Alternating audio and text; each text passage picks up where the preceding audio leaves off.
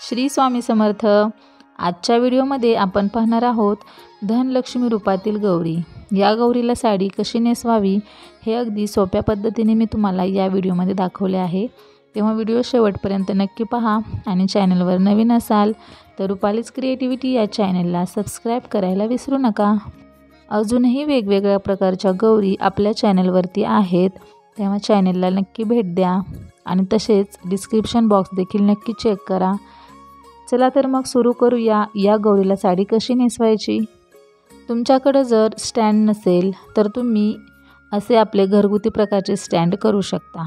येथे आपण एक डबा घ्यायचा आहे स्टीलचा आणि या डब्यामध्ये आपण काही साहित्य ठेवायचे आहे। अर्धा डब्बा, त्याच्यावर एक कळशी घेतलेली आहे मी तांब्याची, त्या कळशीतही साहित्य आहे थोडेफार आणि त्याला 2 काट्या अशा उभ्या आडव्या बांधून त्या पॅक करून घेतलेल्या आहेत, म्हणजे हा आपला गौरीचा सेट तयार होईल। आणि तुम्ही पुढे जाऊन पाहू शकता, खूप छान गौरी बसवता येते ह्या सेटवर आपल्याला, जरी आपल्याकडं स्टँड नसेल तरी, आणि स्टँड असेल तर उत्तमच। तर गौरीचे पाय बनवण्यासाठी आपण येथे जे आपली जुनी किंवा नवी कोणतीही लेगिन्स असू द्या, याच्यामध्ये आपल्याला कपडे भरून हे असे पाय तयार करून घेतले आहेत आणि लगेच आपण येथे पायही जोडून घेऊया। सोयीचे बरोबर पाहायचे आणि मग ते अशा रबरने पॅक करून घ्यायचे।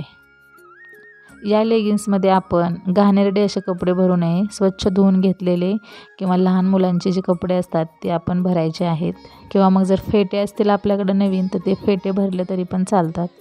आता हा सेट तयार करून झाला, आता आपण साडी नेसवायला घेऊया। तर येथे पदराच्या अगोदर आपण प्लेट्स पाडून घ्यायच्या, त्याला पिन लावून घ्यायची म्हणजे आपल्याला सोपं पडतं। आणि साडीच्या देखील आपण पूर्ण साडीच्या निऱ्या करून घ्यायच्या। नेसत्या पदराला एक अर्धा हात साडी सोडायची आणि मध्ये थोडीशी साडी सोडून मग पूर्ण प्लेट्स पाडून तेथे देखील आपण पिना लावून घ्यायच्या। व्हिडिओत दाखवल्याप्रमाणे साडी थोडीशी दुमडून अशी बांधून घ्यायची, किंवा मग जर तुमची उंची जर जास्त असेल तर मग नाही दुमडली तरी पण चालेल, परंतु आपल्या ह्या उंचीच्या साईजनुसार साडी केवढी दुमडायची हे आपल्या साहित्यावर अवलंबून असते। तर मी ते दुमडून घेतलेले आहे। मग असा फिरवून आपण गोल पदर घेऊया। पदर केवढा घ्यायचा हे आपण थोडंसं डोक्यावर बघून घ्यायचं। यानंतर आपण हात जोडून घेऊया। हे हात आपण आधी जोडले तरी पण चालतात किंवा नंतर जोडले तरी पण चालतील। हात जोडून घेऊ। मग गौरीला आपण ब्लाऊज पण घालायचा आहे। जर तुमच्याकडं जसे काही हातांनाच ब्लाऊज असतात पहा, तर तसे जर तुमचे हात असतील तर मग ब्लाऊज नाही घातला तरी पण चालतो, परंतु माझ्या हात येथे ब्लाऊज नसल्यामुळे मी हा ब्लाऊज घालून घेते।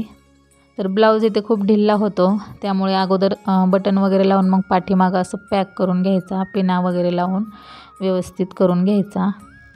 आणि मग पदर आपण येथे पदर आणि ब्लाऊज एकत्र पिन लावून घ्यायची, तेथे व्यवस्थित सगळीकडून चापून चोपून व्यवस्थित करून घ्यायचं।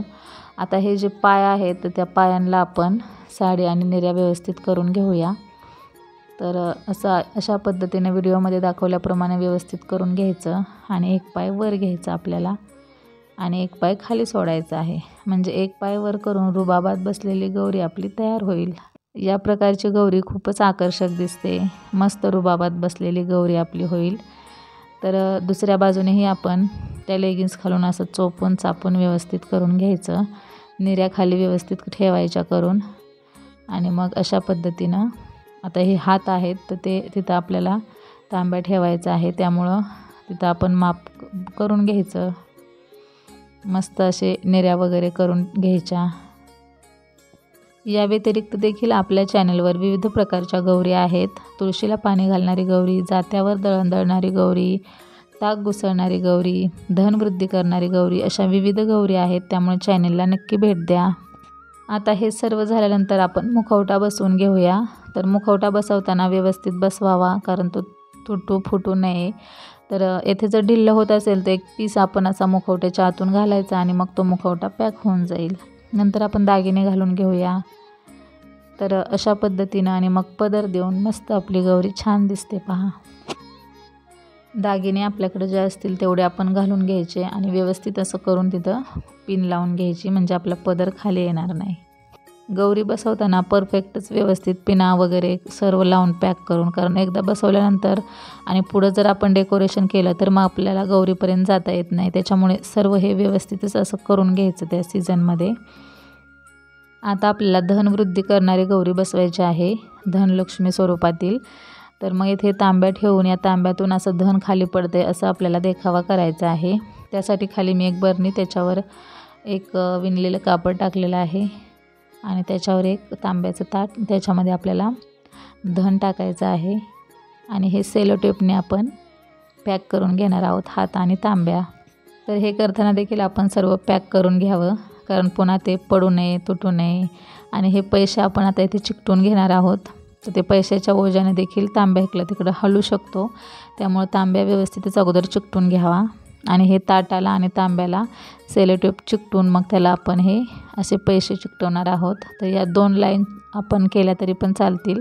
इथे मी तुम्हाला एक लाईन करून दाखवलेली आहे आणि अशा प्रकारे आपली धनवृद्धी करणारी म्हणजेच धनलक्ष्मी रूपातील गौरी तयार आहे. तर हा प्रकार खूप छान दिसतो, आकर्षक दिसतो. असा प्रकार नक्की तुम्ही यावर्षी करून पहा. दरवर्षी सेम तेच त्यापेक्षा असं काहीतरी वेगळं केल्यानंतर छान वाटतं आणि जास्त काही अवघड पण नाही आहे. हे सोपंच आहे, सोपी पद्धत आहे. अजूनही दुसरे व्हिडिओ आपले तुम्ही चॅनलवरती जाऊन चेक करा. खूप सोप्या पद्धतीने मी साड्या नेसवून तुम्हाला दाखवलेले आहेत. तर असेच नवनवीन उपयोगी व्हिडिओ पाहण्यासाठी चॅनलला सबस्क्राईब करा. पुन्हा भेटूया अशाच एका नवीन गौरीसोबत. धन्यवाद.